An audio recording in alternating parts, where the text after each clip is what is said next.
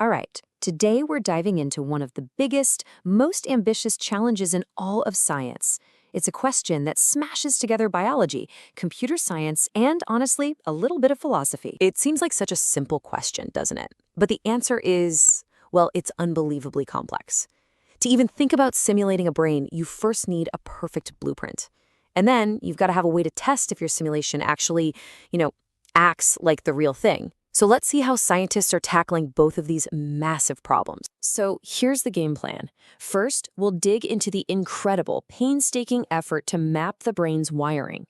Then we'll see if we can use those maps to actually predict what the brain does. We'll check the report card. How well are we doing right now? And finally, we'll look ahead. What's next on this absolutely monumental quest? Okay, part one, the blueprint, or connectomics. Every big construction project, right? It needs a blueprint. For the brain, that special blueprint is called a connectome. It's the full map of all its crazy, intricate wiring. Think of a connectome as the ultimate circuit diagram. It's a map that doesn't just show you every single neuron, but, and this is the important part, every single connection, every synapse between them. This is the physical hardware that makes all our thoughts and actions possible. And making one of these maps, wow, it is a truly mind-boggling task. First, they take brain tissue and slice it into thousands of layers, each one thinner than a human hair. They image every single slice with an electron microscope. Then, powerful computers stitch all those flat images back together into a 3D model. And after all that, human proofreaders have to spend literally tens of thousands of hours just correcting the mistakes the computers made. It's a huge effort. All of that incredible work led to a massive breakthrough you see here, the HemiBrain project. This is a nearly complete wiring diagram for a big chunk of a fruit fly's brain. It's a huge landmark, our first really detailed blueprint of a brain this complex. And the scale is just staggering. We're talking about almost 25,000 neurons and 20 million connections between them, all mapped out. This gives us a look we've never had before into the circuits that control everything a fly does, from flying to finding food. But let's be real, a fruit fly brain, as cool as it is, isn't a human brain. So what happens when you try to use these same techniques on a piece of our own noggin? Well, this is what happens. This is the H01 dataset. It is a map of just 1 cubic millimeter of the human brain. That's a tiny sample, smaller than the head of a pin, that was taken from the cortex of a patient during a surgery. And here is where things get absolutely wild. This tiny, tiny piece of human tissue has an estimated 150 million synapses. That is more than 7 times the number of connections in the entire fruit fly hemibrain we just saw. The data for just this 1 cubic millimeter takes up 1.4 petabytes. That's like a million gigabytes. It's just an insane amount of information. So we're getting these blueprints, these amazingly detailed static maps. But a map of all the streets in a city doesn't tell you anything about the flow of traffic, right? To get how the brain works, you have to see it in motion. Which brings us to part 2, the test. This is where we try to go from that static map to a living, breathing, dynamic simulation. And the ultimate test of that is prediction. Yeah, this really puts the challenge into perspective.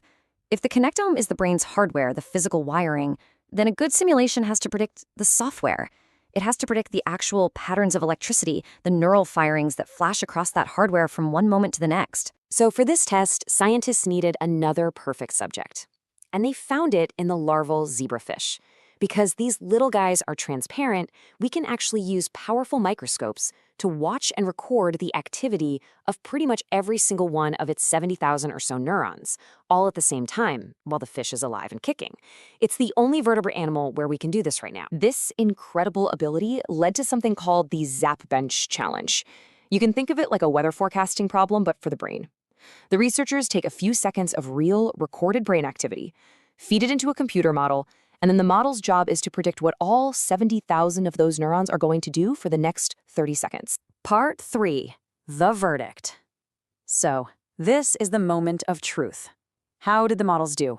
Can our current tech actually predict what a living brain is going to do next? And this is so critical because, as the creators of ZapBench themselves put it, prediction isn't just a cool trick. It's a fundamental test.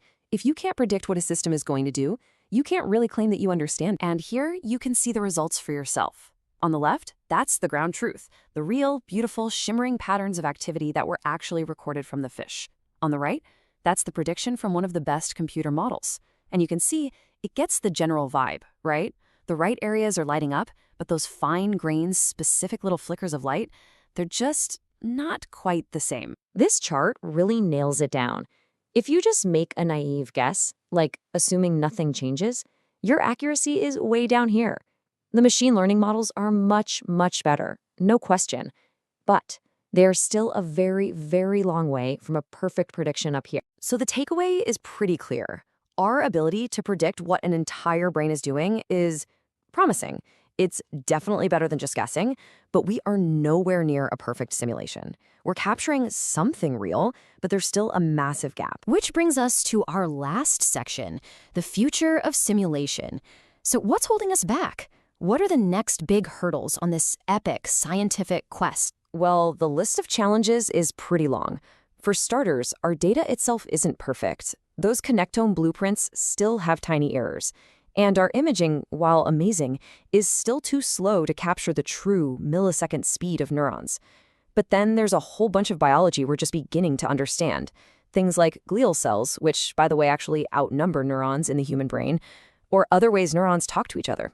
Our models just don't account for that stuff yet. Look, what we're seeing from projects like the HemaBrain, HO1, and ZapBench is absolutely groundbreaking science. We have our first real blueprints and our first true predictive tests.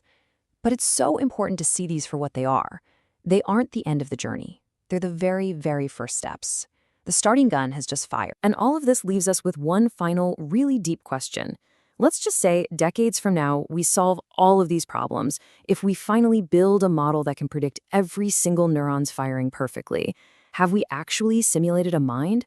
Or have we just built the world's most complicated puppet? That's the question that sits right at the heart of this entire quest. Thanks for joining me.